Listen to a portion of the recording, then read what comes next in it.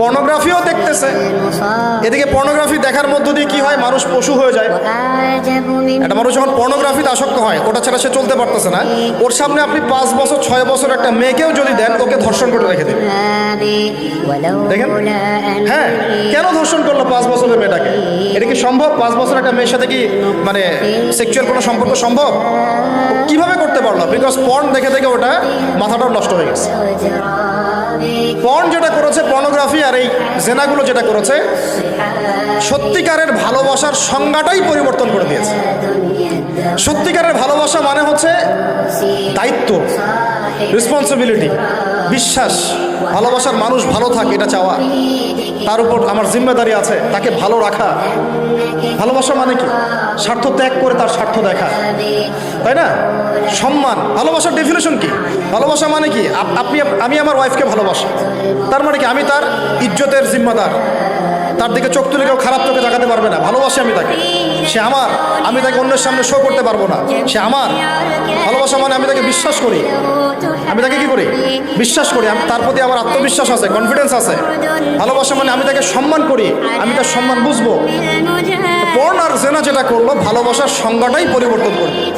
এরা ভালোবাসার সংজ্ঞা দিল, ভালোবাসা মানে হলো যৌনতা। ভালোবাসা মানে জাস্ট সেক্সুয়াল রিলেশনশিপ, আর কিচ্ছু না।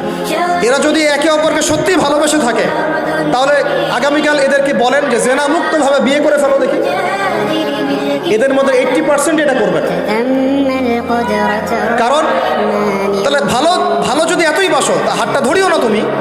আল্লাহ পাক হাত ধরতে নিষেধ করছেন। তুমি পরিবারের মাধ্যমে প্রস্তাব পাঠাও, মোহর ফিক্স করো, করে বিয়ে করো। ভালোবাসো যদি, তাহলে তাকে নিয়ে সন্তুষ্ট থাকো, তার সম্মানবোধ রক্ষা করো, তার দায়িত্ব নাও। তার কি নিবা? দায়িত্ব নাও।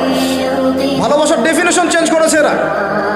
একটা মেয়েকে ভালো তুমি যদি বেশেই থাকো ছেলেটাকে, তাহলে তুমি তার সাথে কিভাবে এভাবে হারাম জেনায় লিপ্ত হতে পারলা? তোমার তো বলা উচিত ছিল যে আমি একজন মুসলিম মেয়ে, আমি এসব জেনাতে যাব না। আমাকে যদি আপনি পছন্দ করেই থাকেন, আমার বাবার কাছে প্রস্তাব পাঠান।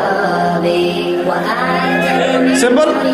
এরপর পরিবারের মাধ্যমে আহাদ হবে, তারপরে আমরা আক্ত হবে, সেখানে আমাদের মোহর থাকবে, সাক্ষী থাকবে, আল্লাহর কালিমা সাক্ষী রেখে আমরা বিয়ে করে ফেলব।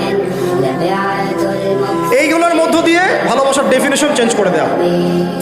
ভালোবাসার মানে যেটা ছিল সম্মান, ওটার নাম হয়ে গেল এখন যৌনতা।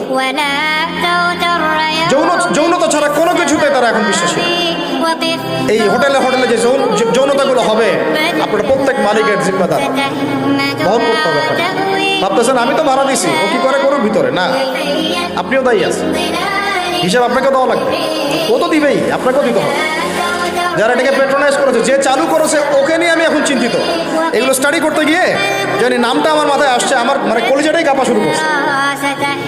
একটা জিনিস হচ্ছে, আপনি এটা খারাপ কাজ নিজে করেন, মনে করেন নাউজুবিল্লাহ এক ভাই নিজে সুদ খায়, এটা তার ব্যক্তিগত পাপ, ঠিক আছে? এক ভাই ব্যক্তিগতভাবে গান শুনছে, ব্যক্তিগত পাপ। এক ভাই ব্যক্তিগতভাবে হয়তো কেউ নাউজুবিল্লাহ জেনা করেই ফেলছে, এটা তার কি ব্যক্তিগত পাপ। আল্লাহর কাছে ইস্তেগফার করবে, তওবা করবে, আল্লাহ চাইলে মাফ করে দিবেন, পাপ গোপন করে দিবেন, তাই তো? এটা একটা সুরত। একটা সুরত কি? আমি সুদ নিজে খাইছি, আরো লক্ষ কোটি মানুষকে খাওয়াইছি। আমি জেনা নাউজুবিল্লাহ সে নিজে করছে, অন্য আরো লাখ লাখ মানুষ, যুবক যুবতীকে জেনাতে উৎসাহিত করতেছে।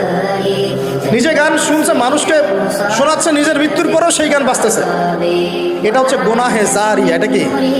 গুনাহে জারিয়া। তাহলে একটা গুনাহ নিয়ে আদম আলাইহিস সালাম যদি এত বছর কান্নাকাটি করে,